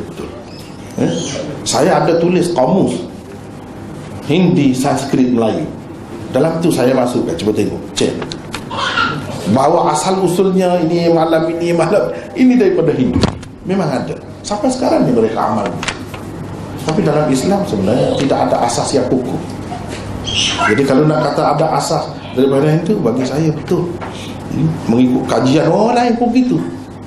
Mengikut kajian orang lain di Indonesia, kemudian Wali Songo cuba nak baiki keadaan itu, asalnya daripada Hindu. Asalnya daripada Hindu, ditukar dengan kalimah tauhid. Asalnya ada bacaan macam tu juga, untuk kebaikan si mati lah kononnya. Tetapi bacaan tu lain, ditukar oleh Wali Songo dengan ucapan-ucapan atau kalimah Islam. Itu saya setuju kalau macam tu, sebab masih ada lagi dalam kitab mereka. Kalau dalam kitab Islam nak cari dalam hadis, tak ada. Itu hanya amalan orang kemudian saja. Wallahu a'lam. Ya. Dalam Ramadan kunut itu asalnya kunut waktu dalam Ramadan bulan. Kunut nazilah selepas itu. Dalam Ramadan. Bukan, selepas itu. Itu betul. Kunut nazilah. Apabila beberapa sahabat dia tu kan diperdaya, diminta supaya pergi mengajar Islam, rupanya mereka nak bunuh, merancang untuk bunuh, dan dibunuh beberapa orang sahabat Nabi SAW pada ketika itu sebulan. Itu asal bunuh. Ya, itu asal. Itu yang hukum. Itu yang diterima oleh semua.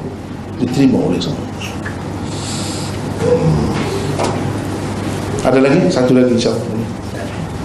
Ya. Berkenaan dengan aib para sahabat, sebagai contoh, kelakuan sahabat sebelum turun satu hukum tu dianggap aib ke, dan ketika sahabat masih kafir, perbuatan dia dianggap aib ataupun tidak? Kalau semasa kafir lain. Semasa kafir tidak dianggap aib, itu lain cerita.